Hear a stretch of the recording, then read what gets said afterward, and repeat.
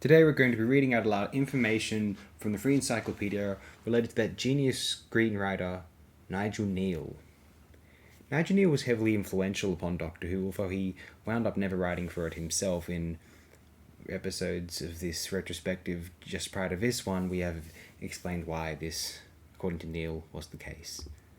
Anyway, Thomas Nigel Neal, 18th of April 1922, 29th of October 2006, was a Manx screenwriter who wrote professionally for more than 50 years, was a winner of the Somerset Maugham Award, and was twice nominated for the BAFTA Award for Best British Screenplay. Predominantly a writer of thrillers that used science fiction and horror elements, he was best known for the creation of the character Professor Bernard Quatermass. Quatermass was a heroic scientist who appeared in various television, film and radio productions written by Neal for the BBC, Hammer Film Productions and Thames Television between 1953 and 1996. Neal wrote original scripts and successfully adapted works by writers such as George Orwell, John Osborne, H.G. Wells and Susan Hill.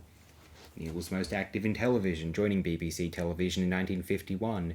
His final script was transmitted on ITV in 1997. He wrote well-received television dramas such as The Year of the Sex Olympics 1968 and The Stone Tape 1972, in addition to the Quatermass serials. He has been described as one of the most influential writers of the 20th century and as having invented popular TV.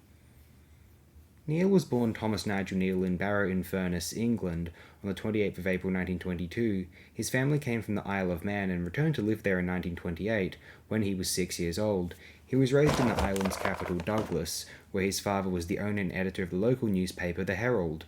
He was educated at St. Ninian's High School, Douglas, and trained to become an advocate at the Manx Bar. He also worked in a lawyer's office, but became bored of his legal training and abandoned the profession.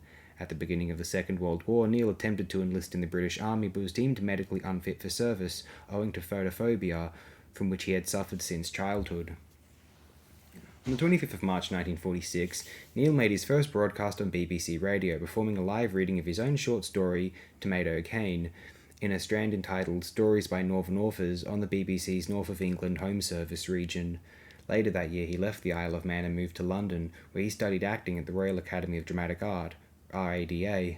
He made further radio broadcasts in the 1940s, including a reading of his story Zachary Creven's Angel on the BBC Light programme, broadcast nationally on the 19th of May 1948. He also had short stories published in magazines such as Argosy and The Strand. He began using the name Nigel Neal for these professional credits, but was known as Tom to his family and friends up until his death. After graduating from RADA, Neal worked for a short time as a professional actor, performing in small roles at the Stratford Memorial Theatre in Stratford-upon-Avon. He continued to write in his spare time, and in 1949 a collection of his work, Tomato Cane and Other Stories, was published.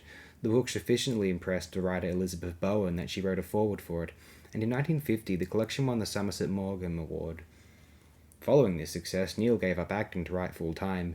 He did take small voiceover roles in some of his 1950s television productions, such as the voice heard on the factory loudspeaker system in Quatermass 2, 1955, for which he also narrated most of the recaps shown at the beginning of each episode. Neal's publisher was keen for him to write a novel, but Neal himself was more interested in writing for television. A keen cinema-goer, he believed that the audience being able to see human faces was an important factor in storytelling. We'll close it here for now, just so we don't get struck for copyright due to speeding these old episodes up. Anyway, thanks everyone. I appreciate it very, very immensely.